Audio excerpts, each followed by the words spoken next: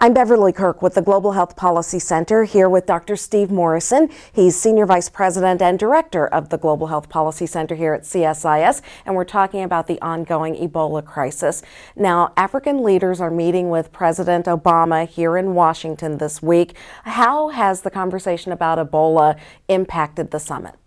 Well, first of all, the actual holding of the summit here, I think, has helped sharpen up the response, the U.S. response and the African response to the crisis. And what I mean by that is because it was unfolding in the immediate roll-up to this, and because you had Dr. Brantley and Nancy Whiteball medevac from Liberia to Atlanta, it became very important for the President and for the CDC Executive Director, Tom Frieden, to get out in front and explain to the American public what was happening. And so I believe what happened was that, as a result, was that people were better informed and around the need to be vigilant and that this would be managed and was safe and what was happening in the region. Second is that President Conte came to the summit from Guinea, and he and senior officials from Liberia and Sierra Leone were engaging in intensive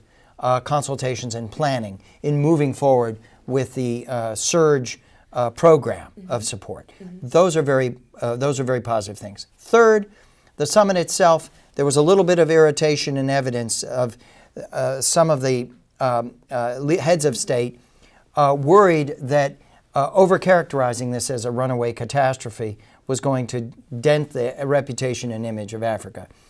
President Kikwete from Tanzania, President Macky Sall from Senegal, President Conte himself, they were weighing in at different points to say, well, yes, it's a very serious situation, but and that was a little bit at odds, frankly, with the continued very strong assertions being made by Tom Frieden and by Margaret Chan and others that this remains a very, very grave risk of further expansion and that this is a true region-wide crisis.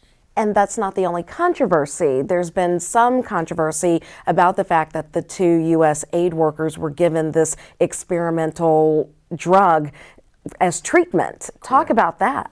Yes. There's a serum that has not been approved, tested or approved for human use. It's a serum it's a cocktail of antibodies that have been developed in response specifically to Ebola. And so these two individuals who got sick in Liberia and who were at risk of dying requested that they be able to acquire vials of this, and those were shipped on an emergency basis into Liberia.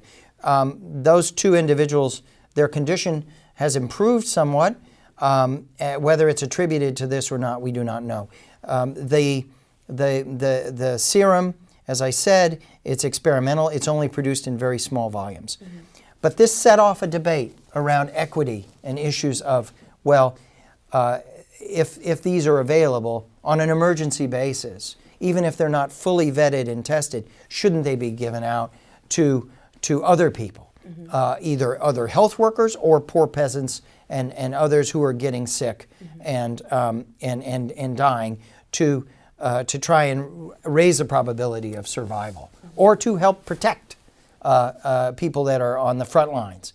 And that has ignited a debate around whether the agencies that approve these should accelerate, whether there should be a compassion clause that allows for suspending some of the normal requirements.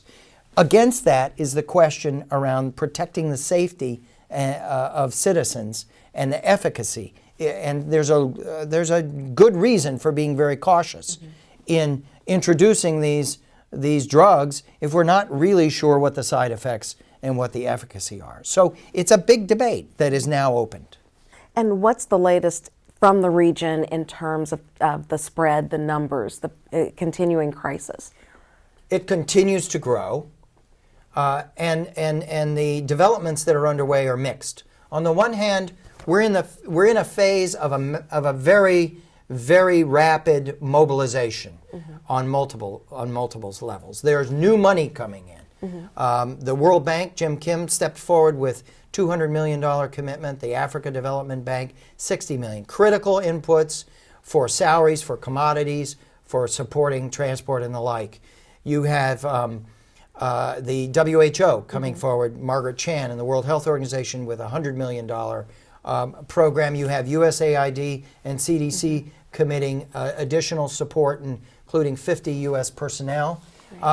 So pulling those pieces together and getting that moving. There's also discussion, should the U.S. military be providing some support in terms of its lift capacities, air and by land, its ability to mobilize in these crises. The U.S. military has distinguished itself repeatedly in West Africa in crises over the last 25 years at mobilizing and operating in these environments.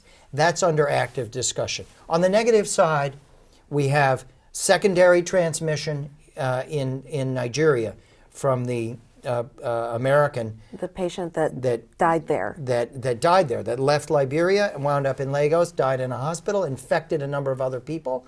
One has died, 6 or 7 are infected.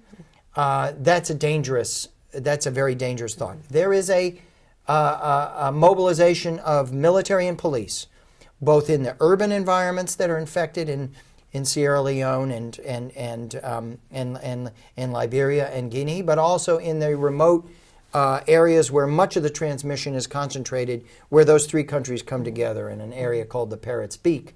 And so you're seeing a mobilization coming from those governments. Whether that is effective or not, we'll see. They are going to need protective equipment. They're going to need good training. They're going to need support. And there's a fear, obviously, within the region that you're going to see transmission into other neighboring states. Cote d'Ivoire, Ivory Coast, Senegal, Benin or Togo. Nigeria is, of course, a colossal threshold that has partially, been passed now. So we're in a phase where this continues to move forward with the transmission. We still have resistance, we still have stigma, we still have a lack of trust at a social level. It still remains to be seen whether the militaries can carry out these duties, and we have this big mobilization that needs to be operationalized on an urgent basis. All right. Dr. Steve Morrison, thank you. Thank you.